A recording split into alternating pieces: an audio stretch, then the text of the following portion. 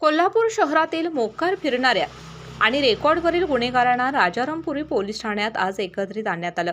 खूनाचे प्रयत्न, खंडणी, अपहरण, शस्त्राचा धाक दाखवणे यांसारखे विविध गुन्हे दाखल असलेल्या रेकॉर्डवरील गुन्हेगारांचा यामध्ये समावेश आहे. या गुन्हेगारांचा शहर पोलीस उपाधीक्षक अजित टिके यांनी खरपूस समाचार घेतला.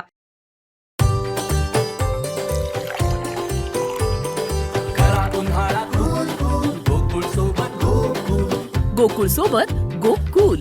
या गुन्हेगारांची उठबस कुठे आहे, त्यांचा कुणाकुणाशी संबंध असतो, शिवाय सध्या ते कोणता व्यवसाय करत आहेत, या संबंधित पोलीस कर्मचाऱ्यांनी दररोज माहिती घ्यावी आणि आपल्याला कळवावं. या गुन्हेगारांसंदर्भात किरकोळ तक्रार जरी आली तरी त्यांची गय केली जाणार नाही. यासोबतच एकमेकांना सोशल मीडियावर रील्सच्या माध्यमातून आवाहन देऊन टोळी युद्ध घडल्यास अशा रील स्टारवर कठोरातली कठोर कारवाई केली जाईल, असा इशारा पोलीस उपाधीक्षक अजित टिके यांनी केला.